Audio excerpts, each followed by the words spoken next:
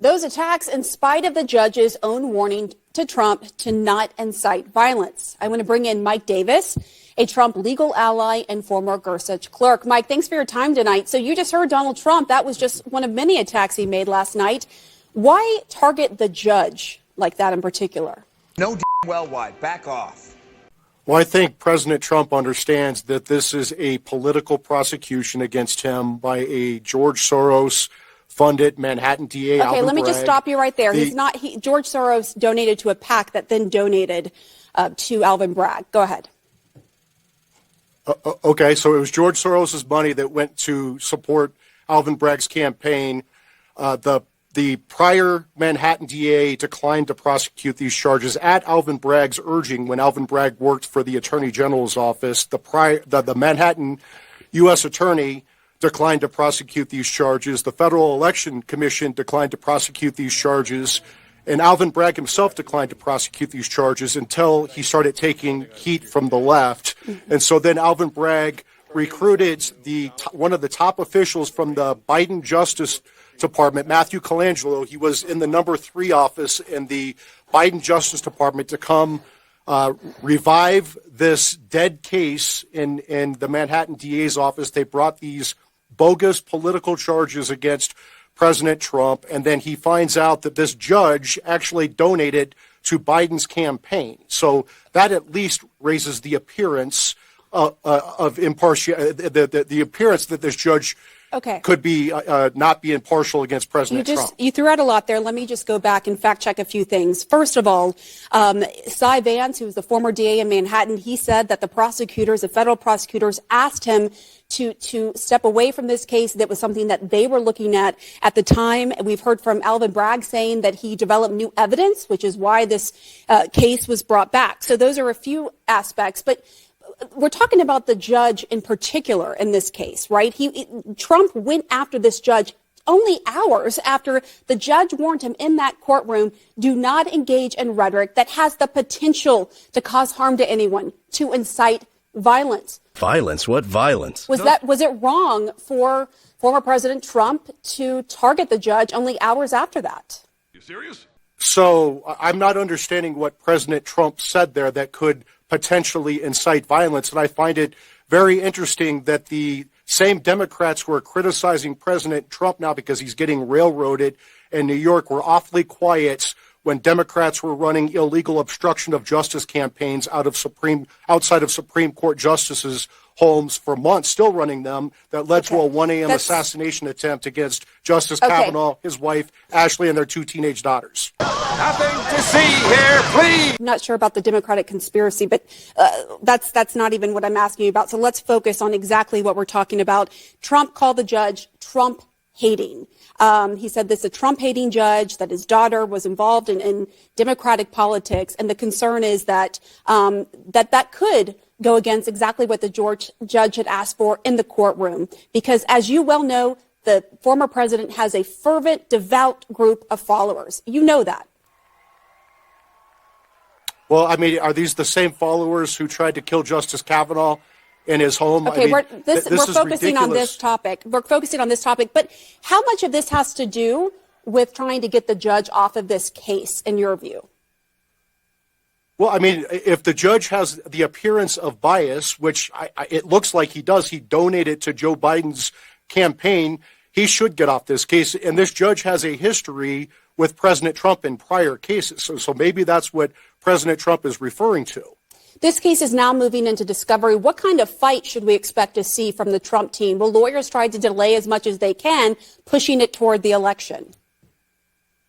I don't understand why the lawyers would want to delay this case at all. It's a dog of a case. Even the New York Times and the Washington Post have pretty much laughed at this case. Those guys are clowns. It's a joke of a legal theory that Alvin Bragg is pursuing. It's clearly a political hit. He's colluding with Matthew Colangelo from the Biden Justice Department to use legal lawfare here to get Trump. And let me just say, too, we should note that one of Trump's attorneys, Joe Tacopina, he openly says that the judge in this case is not biased.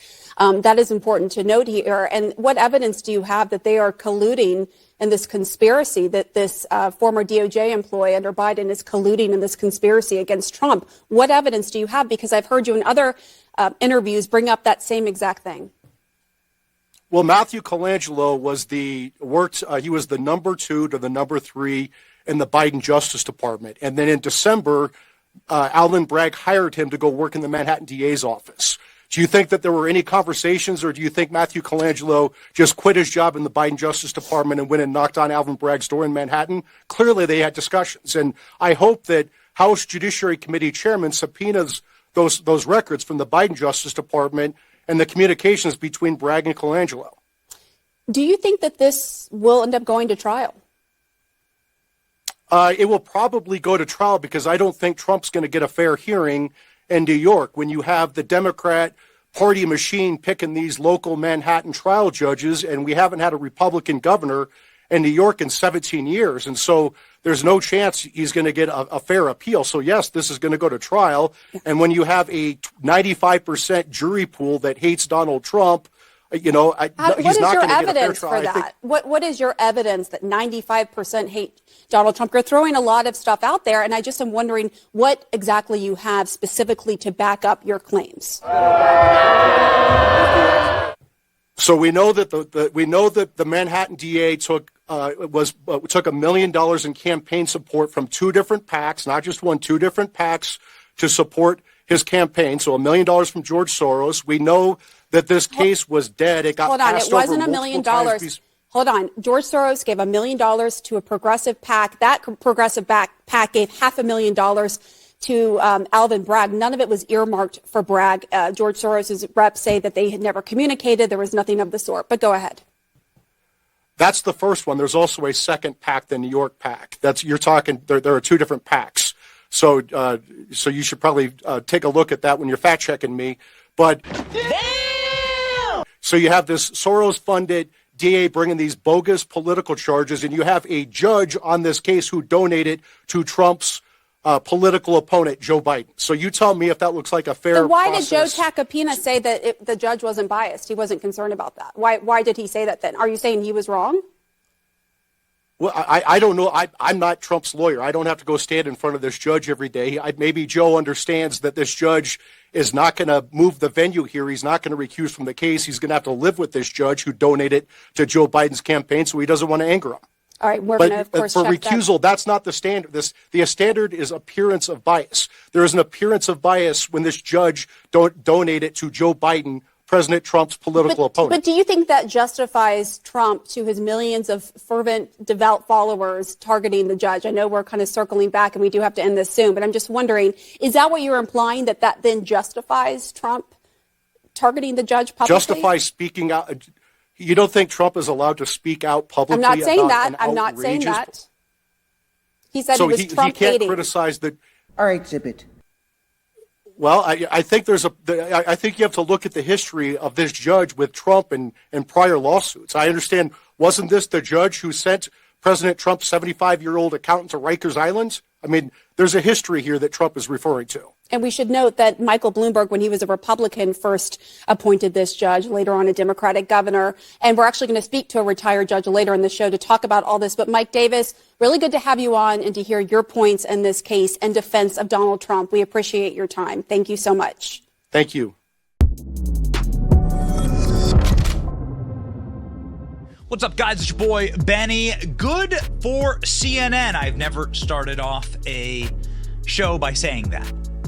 I've never made a video where I started off saying good for CNN. Good for CNN for bringing on our in-house attorney, our personal lawyer for the Benny Show, Mike Davis. Mike Davis is also the architect, of course, of the Trump Supreme Court. And Mike Davis is one of the foremost, smartest, boldest legal minds of the right. He is an ardent defender of Donald Trump, of course. And he got the reaction that you would expect. Look at this tweet. Look at this image. It's incredible. Look at CNN. This is perfect. The rolling of the eyes. My debut appearance on CNN went as expected. Thanks for having me on. She's actually nice. Mike Davis said. Mike Davis also runs the Article 3 project right here. Pamela Brown responded, "My face, nice having you on." There you go. It was a good clip, man. It was good. Have Mike on more. He's a fighter. He's one of the best. You saw this week Donald Trump get arrested on fake charges. They haven't even told you the charges that Donald Trump was arrested on. This is a Sixth Amendment violation. DA Bragg says that everyone stands equal before the law, except for, of course, the people who murder Army veterans in New York. Mother of slain Army vet rips Manhattan DA Alvin Bragg for giving plea deals. He didn't even tell her. Look at this woman. This guy was the father of 3 boys, a husband, who's an Army veteran, and this slob went after this black mother and freed the people who were responsible for her son's killing. Mother of veteran killed in New York shreds Bragg. It's nonsense. She calls him out for saying no one's above the law. This is her son in his fatigues. And this is Donald Trump sitting where the killers of this lady's son should be. But nope, DA Bragg has downgraded over half of felony cases and misdemeanors in the Big Apple. You can see here the spike in downgrades, essentially just letting prisoners out of jail. Look at this bastard. He knows exactly what he's doing. Son of a crime in New York. Thousands of felony assaults, thousands of shootings, hundreds of murders, hundreds of thousands of overall crimes. Why would you ever want to live there? Transit crime. People don't even take the subway anymore. The top 10 people who have been let out of jail by Alvin Bragg. These are the frequent flyers of the criminal system. There is no justice in New York. The criminal system in New York. This guy was arrested 70 times. This lady, presumably, was arrested 97 times. This guy has a 30-year rap sheet. This guy is the most prolific criminal in New York. 167 arrests. This guy, Jamel Pringle. Yeah, I mean, if there is any justice in the country today, it's the justice that Mike Davis was invited on to CNN and got a chance to defend Donald Trump and defend the rule of law. And good for him. Our favorite is when he talked about the people going to Brett Kavanaugh's house. Mike Davis was instrumental in getting Brett Kavanaugh on the Supreme Court.